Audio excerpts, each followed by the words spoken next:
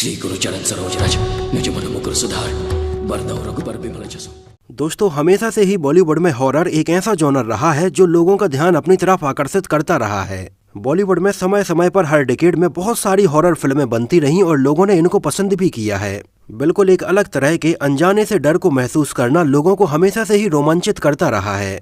भले ही बहुत सारे लोग तो इन हॉरर सीन को देखते टाइम पर अपने कान और अपनी आंखें दोनों ही बंद कर लेते हों, लेकिन फिर भी अपने दोस्तों के सामने ऐसा दिखाना कि हमें हॉरर फिल्में बहुत ज्यादा पसंद हैं। जिनको सबसे ज्यादा देखने का मजा आता है रात के समय पूरे कमरे की लाइट बंद करके 4-5 दोस्तों के साथ देखने में। हालांकि कई बार ऐसी सिचुएशन में ऐसा भी होता है कि फिल्म के ये हॉरर सीन कॉमेडी में भी बदलने लगते हैं, क्योंकि हॉरर फिल्में भी समय के साथ अपग्रेड होती चली गईं, लोगों का डर भी अपग्रेड होता चला गया और भूत भी बदलते चले गए। पहले जहां 70s और 80s की ज्यादातर फिल्मों में हमें भूत इंसानों से लड़ते हुए नजर आते थे, उनको खून निकलता हुआ दिखाई देता था। मतलब उनके बस नाखून, दांत और बाल बस बड़े होते थे, बाकी सारी चीजें इंसानों के जैसी ही होती थीं। यहाँ तक कि पुरानी फिल्मों में तो अति तब हो जाती थी जब भूत को भी पुलिस अरेस्ट करके ले जाती थी। लेकिन इसके अलावा बॉलीवुड में कुछ हॉरर फिल्में वाकई में ऐसी बनी हैं जिनको देखते टाइम पर आपको अंदर से ही डर लगेगा। कुछ ऐसी ही बॉलीवुड की बहुत ही गिनी चुनी हॉरर फिल्मों में से एक थी सन 2008 में आई फिल्म 1920, जो एक बिल्कुल अलग ही तरह की डरावनी फिल्म थी और फिल्म को देखते टाइम पर आपको डर अंदर तक महसूस भी होता है। तो आज के हमारे इस वीडियो में डिटेल से चर्चा रहेगी फिल्म 1920 के बारे में ही। उस टाइम पर कैसे फिल्म की शूटिंग कर रहे लोगों ने वहां पर रियल भूत को महसूस किया। कुछ ऐसी अननेचुरल चीजें फिल्म की शूटिंग के टाइम पर हुई जिन्होंने लोगों के होश उड़ा दिए। फिल्म 1920 रिलीज हुई थी 12 सितंबर सन 2008 को, जिसको डायरेक्ट किया था बॉलीवुड में ज्यादातर हॉरर फिल्में बनाने वाले डायरेक्टर विक्रम भट्ट ने, जो कि अपने कैरियर में इसके पहले गुलाम, कसूर, राज, आप मुझे अच्छे लगने लगे और आवारा पागल दीवाना जैसी बहुत सारी फिल्में बना चुके हैं। लेकिन विक्रम भट्ट का हमेशा से ही लगाव ज्यादातर हॉरर फिल्मों से ही रहा है। सापित, हॉन्टेड 3D, राज 3D, creature 3D, mister x, 1921 और घोस्ट जैसी बहुत सारी हॉरर फिल्में विक्रम भट्ट ने बनाई हैं। हालांकि ये अलग बात है कि विक्रम भट्ट की ये नई हॉरर फिल्में लोगों के ऊपर कुछ खास इम्पैक्ट नहीं डाल पाई हैं। इसकी कहानी भी विक्रम भट्ट ने लिखी थी, डायलॉग्स लिखे थे गिरीश धामीजा ने और फिल्म को ASA प्रोडक्शंस के बैनर तले सुरेंद्र शर्मा और भागवती गबरानी ने प्रोड्यूस किया था। इसमें हमें नजर आए थे रजनीश दुग्गल और अदा शर्मा और ये इन दोनों की डेब्यू फिल्म थी। लेकिन डेब्यू फिल्म होने के बावजूद भी फिल्म में इन दोनों की परफॉर्मेंस बहुत ही लाजवाब थी। इन दोनों के अलावा इसमें हमें नजर आए थे राजजुत्सी, इंद्रनैल सेनगुप्ता और अंजोरी अलग। म्यूजिक था अदनान सामी का और इसके म्यूजिक एल्बम में लगभग 36 मिनट की लंबाई वाले गानों के सारे वर्जन्स को मिलाकर 7 गाने रखे गए थे, जिनमें वादा, तुमसे है वादा, ऐसे जलता है जिया, तुझे मैं प्यार करूं और बिछुआ जैसे गाने शामिल हैं। इसके म्यूजिक एल्बम में गानों की खास बात ये रही कि इसमें हमें बहुत सारी लेजेंडरी सिंगर्स की आवाजें सुनने के लिए मिली। जैसे Indian classical singer Pandit Jasraj की आवाज में हमें वादा तुमसे है वादा गाना सुनने के लिए मिला। उनके अलावा सुभा मुदगल, प्रवीण सुल्ताना, आशा भोंसले और कैलाश खेर की आवाजें हमें सुनने के लिए मिली। गानों के लिरिक्स लिखे थे समीर ने और इसका म्यूजिक एल्बम दिल में काफी सुकून पहुंचाने वाला था। अब बात करें अगर इसके बजट और बॉक्स ऑफिस कलेक्शन के बारे में, तो फिल्म का बजट रखा गया था लगभग 7 करोड़ रुपए और इसने इंडिया में लगभग 10 करोड़ 50 लाख रुपए का कलेक्शन किया था और वर्ल्ड वाइड में लगभग 14 करोड़ 50 लाख रुपए का कलेक्शन किया था। और ये उस टाइम पर बॉक्स ऑफिस पर एक सेमी हिट फिल्म साबित हुई थी, जिसको लगभग 525 स्क्रीन पर रिलीज किया गया था और ये फिल्म सिनेमा घरों में देखने के लिए लगभग 23,15,000 लोग आए थे। वैसे सन 2008 का जो साल था वो बॉलीवुड फिल्मों में इतिहास बदल देने वाला साल था। इस साल आमिर खान की फिल्म गजनी ने अकेले ही इंडिया में 100 करोड़ रुपए से ज्यादा का कलेक्शन किया, जो अपने आप में इंडियन सिनेमा में एक बहुत बड़ा रिकॉर्ड था। और 2008 के बाद भले ही बीच में 100 करोड़ रुपए कमाना बॉलीवुड फिल्मों के लिए नॉर्मल सी बात हो गई हो, लेकिन कोविड के बाद एक बार फिर से ऐसा समय आया कि बॉलीवुड फिल्मों के लिए 100 करोड़ रुपए कमाना भी एक बहुत बड़ी बात हो गई है। सन 2008 में बिल्कुल नई स्टार कास्ट और एकदम अनजान चेहरे होने के बावजूद भी ये फिल्म बॉक्स ऑफिस पर पैसे कमाने के मामले में 31वें नंबर पर रही थी। वहीं इस साल की टॉप 5 फिल्मों में पहले नंबर पर फिल्म थी आमिर खान की गजनी, दूसरे नंबर पर थी रब ने बना दी जोड़ी, तीसरे नंबर पर थी सिंगिज किंग, चौथे नंबर पर थी रेस और 5वें नंबर पर थी जोधा अकबर। फिल्म 1920 आगे चलकर भी लोगों को बहुत ज्यादा पसंद आई और इसको IMDb पर 6.4 आउट ऑफ 10 रेटिंग मिली हुई है। एक्चुअली सन 2002 में डायरेक्टर विक्रम भट्ट ने फिल्म राज बनाई थी, जिसमें हमें बिपाशा बासु और डिनो मोरिया नजर आए थे। ये भी सन 2002 में आई एक हॉरर फिल्म थी जिसको भी लोगों ने बहुत ज्यादा पसंद किया था। और विक्रम भट्ट की फिल्म राज ने बॉलीवुड में काफी लंबे समय के बाद एक बार फिर से हॉरर फिल्में बनाने का चलन शुरू किया था। जो हॉरर फिल्में बनाने का चलन लगभग 90 के दशक में पूरा खत्म सा होने लगा था। लेकिन सन 2002 में अपनी ट्रेंड सेटर हॉरर फिल्म के बाद विक्रम भट्ट कुछ अलग तरह की फिल्में बनाने लगे थे, जैसे आप मुझे अच्छे लगने लगे, आवारा पागल दीवाना, इंतहा, फुटपाथ, एतबार, ऐलान, जुर्म, दीवाने हुए पागल, जिनमें से उनकी कुछ फिल्में तो चलीं, लेकिन इनमें से कोई भी फिल्म ऐसी नहीं रही जो कि एक्स्ट्रा ऑर्डिनरी रही हो।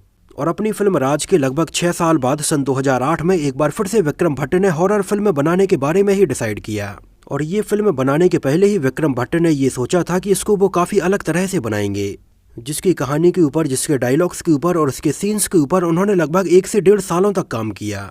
और इन 1 से 1.5 सालों में विक्रम भट्ट ने इसकी एक बेसिक आउटलाइन और इसका एक पूरा स्ट्रक्चर तैयार कर लिया। विक्रम भट्ट ने बताया कि ये फिल्म बनाने के पहले उनके दिमाग में जो सबसे पहला सीन है वो ये आया था कि एक कपल एक घोड़ा गाड़ी में बैठकर जंगल के बीचों बीच बनी एक बड़ी सी हवेली में रहने के लिए आते हैं।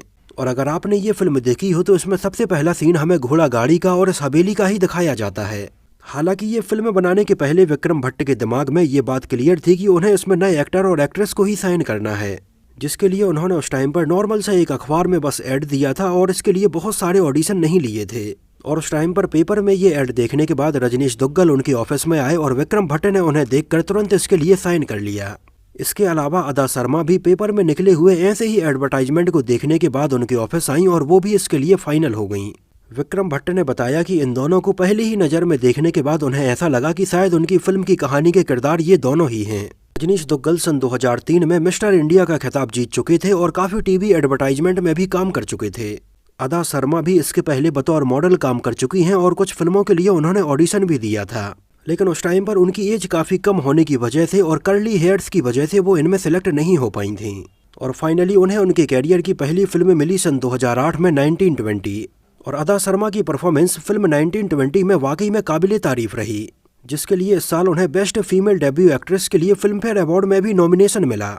लेकिन इस साल अदा शर्मा ये डेब्यू एक्ट्रेस का फिल्म फेयर अवार्ड जीत नहीं पाई थी। ये अवार्ड मिला था इस साल फिल्म गजनी में काम करने वाली असिन थोटुमकल को।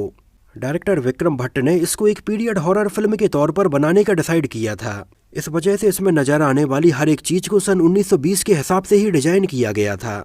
इसमें जंगल के बीचों बीच बनी एक बड़ी सी हवेली का फिल्म में हॉरर को बढ़ाने में बहुत ज्यादा योगदान रहा। विक्रम भट्ट के दिमाग में इसमें दिखाई जाने वाली इस हवेली के बारे में पहले से ही एक छोटी सी इमेज तो क्रिएट हो गई थी कि किस तरह की लोकेशन और कैसी हवेली होनी चाहिए। इसके लिए विक्रम भट्ट ने 6 लोकेशन मैनेजर हायर किए और उनसे बोला कि उन्हें ऐसी लोकेशन चाहिए है। और इन 6 लोकेशन मैनेजरों ने लगभग 12 देशों में अलग अलग जगहों पर जाकर ऐसी बहुत सारी हवेली देखी और अलग अलग जगहों पर देखी गई ऐसी बहुत सारी हवेलीज की फोटो उन्होंने विक्रम भट्ट को दिखाई, जिनमें से विक्रम भट्ट को इंग्लैंड के नॉर्थ यॉर्कशायर में से एलर्टन कैस्टल पसंद आई, जो कि लगभग 18वीं शताब्दी में बनी हुई थी और इसके आसपास काफी घने पेड़ और जंगल भी मौजूद था। और उन्होंने जैसे ही इस हवेली की फोटो देखी तो उनके दिमाग में ये क्लियर हो गया कि जैसी वो लोकेशन जा रहे हैं ये बिल्कुल वैसी ही है।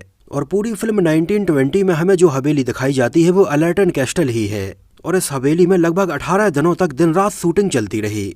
और जब फिल्म 1920 के सारे एक्टर्स और क्रू मेंबर्स यहाँ पर शूटिंग करने के लिए पहुंचे तो यहाँ पर उन्हें बहुत सारे लोकल लोगों के द्वारा इस हवेली के बारे में बहुत सारी हॉरर बातें पता चलीं। जहाँ इस हवेली में शूटिंग करते टाइम पर फिल्म के कुछ क्रू मेंबर्स को भी ऐसी चीज़ों का एक्सपीरियंस हुआ। एक्चुअली इस हवेली के बारे में बताया जाता है कि बहुत साल पहले यहाँ पर एक बहुत ही अमीर दंपति रहा करती थी और ये हवेली उस टाइम पर काफ़ी सुनसान एरिया में आती थी और आसपास इसके काफ़ी जंगल हुआ करता था। हवेली में ज़्यादातर लकड़ी से बनी हुई चीज़ें थीं और एक कारपेंटर इन सारी चीज़ों को बनाने का काम करता था। हस्बैंड कभी कभी काम से बाहर जाता और कारपेंटर हवेली में अपना काम किया करता। ये सिलसिला काफ़ी लंबे समय तक चलता रहा और धीरे धीरे उस अमीर शख्स की वाइफ और कारपेंटर के बीच में अफेयर शुरू हो गया। और बाद में जब ये बात धीरे धीरे हस्बैंड को पता चली तो उसने वहीं पर कारपेंटर को मार दिया। और वहाँ के लोकल लोगों का कहना है कि तब से लेकर अभी तक कारपेंटर की जो आत्मा है वो वहीं पर घूम रही है। और आज भी उस हवेली में बीचों बीच एक लेडीज़ की बहुत बड़ी फ़ोटो लगी हुई है। जिस बड़े से पोर्ट्रेट में बनी हुई इस लेडीज़ की फ़ोटो खींचते टाइम पर यह कभी भी साफ नहीं आती है। और वहाँ के लोकल लोगों ने इसके बारे में जब फिल्म के क्रू मेंबर्स को बताया तो उन्होंने भी इस पोर्ट्रेट की फ़ोटो खींचनी चाहिए, लेकिन अच्छे कैमरे होने के बावजूद भी कैमरे से जब ये फ़ोटो खींची गई तो ये हमेशा धुंधली ही आई। इस पोर्ट्रेट की फ़ोटो खींचने का ट्राई फिल्म के क्रू मेंबर्स ने हर एक एंगल से बहुत अच्छी लाइटिंग डाल के भी किया, लेकिन यहाँ पर कैमरे में फ़ोटो जब आती तो हमेशा ब्लर ही आती।